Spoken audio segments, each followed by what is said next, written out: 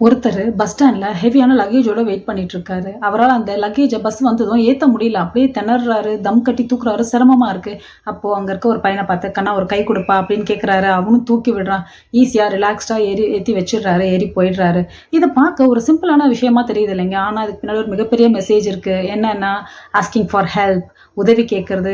உதவி கேட்கறது, அவன் ஒரு உதவிக்கு தனியா போராடும் போது அவருக்கு எல்லாமே சிரமமா தெரிஞ்ச விஷயம் அந்த வெயிட்டை தூக்குறதுக்கு அந்த பையன் கிட்ட ஒரு ஹெல்ப் கேட்டது அவ்வளோ ஈஸியா மாறிடுச்சு பாத்தீங்களா? நம்ம எல்லாம் என்ன நினைக்கிறோம்னா, ஹெல்ப் கேட்கறது அப்படின்றது சைன் ஆஃப் வீக்னஸ்ன்னு நினைக்கிறோம். ஹெல்ப் கேட்கறதுக்கு ஒரு தைரியம் வேணுங்க. ஹெல்ப் கேட்கறப்ப உங்க சப்கான்ஷியஸ் எப்படி தெரியுமா உணரும்? நீ தனி இல்லப்பா, உன் பிரச்சனைக்கு நல்ல சப்போர்ட் கிடைக்கும், நல்ல கைடன்ஸ் கிடைக்கும், தைரியமா இரு, ஒரு தைரியம் கிடைக்கும். நீங்க ஹெல்ப் கேட்கறது உங்களுடைய ஈகோவை குறைக்கும். ஹெல்ப் சரிங்க. எப்படி ஹெல்ப் கேட்கறது? மாடர்ன் ப்ராப்ளம் ரிக்வயர்ஸ் மாடர்ன் சொல்யூஷன்ஸ்ங்க. உங்களுக்கு உங்களுடைய லைஃப்ல வரக்கூடிய எல்லா ப்ராப்ளம்க்காகவும் ஏதோ ஒரு தேடல் ட்ரான்ஸ்ஃபார்ம் ஆகணும் அப்படின்ட்டு நீங்க தேடிட்டு இருக்கீங்க.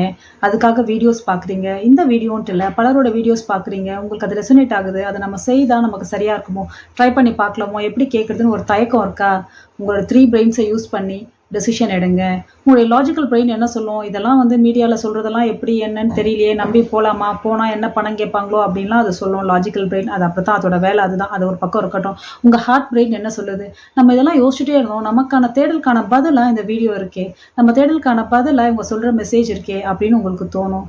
ஒரு நிலவில் என்ன பண்ணும் உங்க கட் ஃபீலிங்? சும்மா ஒரு மெசேஜை போட்டு தான் பார்ப்போம், என்னதான் சொல்றாங்கன்னு. நம்ம ஒத்துக்கிட்டா தானே, பேமெண்ட் எல்லாம் நம்ம ஒத்துக்கிட்டா தானே அப்படின்ட்டு உங்களுடைய கட் ஃபீலிங் சொல்லுதா?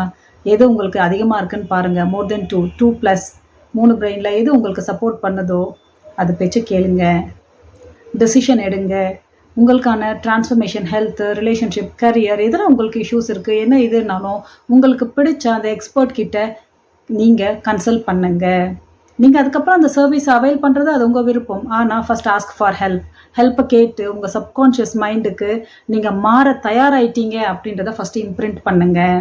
நீங்க அதை கேட்குறப்பயே உங்க சப்கான்ஷியஸ், இவங்க ஏதோ ஒரு மாற்றத்தை நோக்கி யோசிச்சுட்டே இல்லப்பா, அவங்க வெறும் யோசனை இல்லை, ஆக்ஷன் எடுக்கிறாங்க அப்படின்னு தெரிய ஆரம்பிச்சிரும். அந்த ஆக்ஷன் எடுக்கிறீங்க அப்படின்ற மொமெண்ட் வரப்பவே அந்த ஆக்ஷன் எடுக்கிறத உங்களுடைய mind reticular activating system activate பண்ணிடும் உங்க மூளையில. அப்போ உங்களுக்கு தேடி தேடி அதுக்கான சொல்யூஷன்ஸ் வர ஆரம்பிக்கும். ஸோ உங்க தேடுதலுக்கான விடை எந்த தளத்துல கிடைக்குதோ, அது நம்ம பிளிஸ்ஃபுல் மார்னிங் செஷனா இருக்கலாம், வேற எதுவா வேணாலும் இருக்கலாம். ரீச் அவுட் பண்ணுங்க, உதவி கேளுங்க. நீங்க கமெண்ட்லயோ, வாட்ஸ்அப் மெசேஜ்லயோ, இமெயிலையோ கேட்குற ஒரு கேள்வி உங்க வாழ்க்கையை அற்புதமானதா மாத்த போடுதுன்னா, அதை விட ஒரு சிறப்பான செயல் உங்களுக்காக நீங்க செய்யறது வேற எதுவாங்க இருக்கும்?